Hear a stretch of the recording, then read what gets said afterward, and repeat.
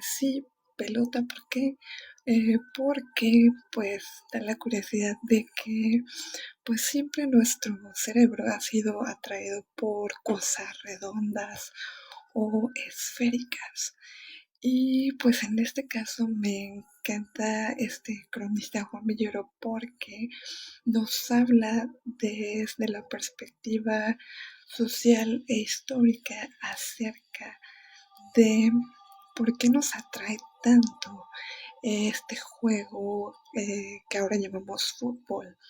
En la antigüedad, pues lo conocemos. Y pues les voy a leer un fragmento de este libro que se llama Los héroes numerados. La pelota, el talismán de los héroes. La pelota es el más popular objeto del deseo.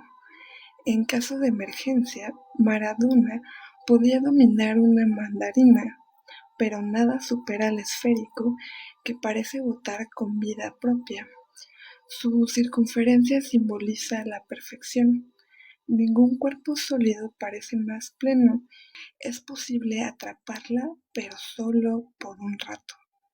Destinada a fugarse y a sorprender, representa las inalcanzables ilusiones de la especie.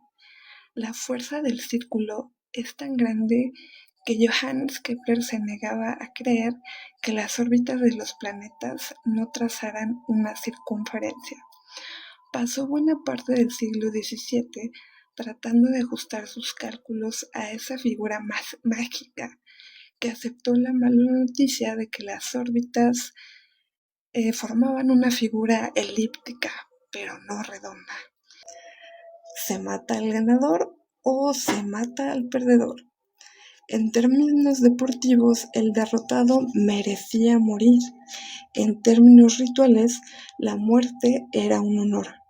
¿Y acaso esa fuera la aniquiladora recompensa del vencedor? Oh, gracias, Elías.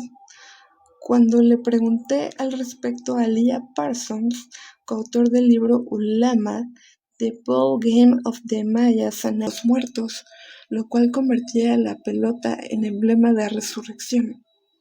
El mundo prehispánico se condensaba a actividades militares, rituales, deportivas, comerciales, astronómicas y culturales. Se jugaba por placer y por apuesta, por ceremonia y por reparación de agravios. La cancha era un espacio cósmico,